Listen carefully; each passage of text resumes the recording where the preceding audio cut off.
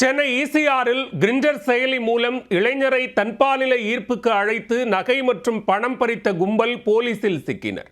அப்பாவி இளைஞர்களை குறிவைத்து உயிர் பயம் காட்டி வழிப்பறியில் ஈடுபட்டு வந்த பகீர் சம்பவத்தின் பின்னணி என்ன?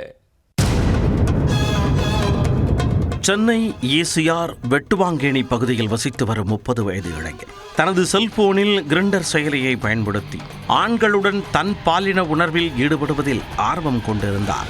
சமீபத்தில் அந்த செயலி மூலம் இளைஞருக்கு அறிமுகமான மர்ம நபர் தனியாக சந்திக்கலாமா, டேட்டிங் போலாமா என வலை வீசி உள்ளார். உடனே அதற்கு ஓகே நான் வாரேன் என்று சொன்ன இளைஞர் மர்ம நபர் கூறிய இடத்திற்கு ராத்திரியில் சென்றுள்ளார். ஆட்கள் நடமாட்டம் இல்லாத இருட்டான பகுதி. அந்த பகுதிக்கு சென்றதும் மர்ம நபருக்காக காத்திருந்த இளைஞருக்கு நேர்ந்த கதி உச்சகட்டம்.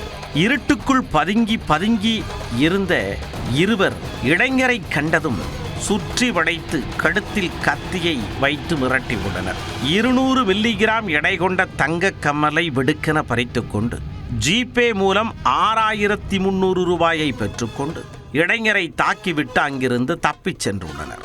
இச்சம்பவம் தொடர்பாக பாதிக்கப்பட்ட இளைஞர் துறைப்பாக்கம் காவல் நிலையத்தில் கொடுத்த புகாரின் பேரில் போலீசார் வழக்கு பதிவு செய்து விசாரணையை தொடங்கினர். அதில் கிரிண்டர் செயலி மூலம் அப்பாவி இளைஞரை தாக்கி நகை மற்றும் பணத்தை பறித்தவர்கள் சென்னை பெருங்குடி கல்லுக்குட்டையைச் சேர்ந்த வெங்கட பிரசாத், விக்னேஷ், கார்த்திக் என்பது கண்டுபிடிக்கப்பட்டு மூவரையும் கூண்டோடு கைது செய்தனர்.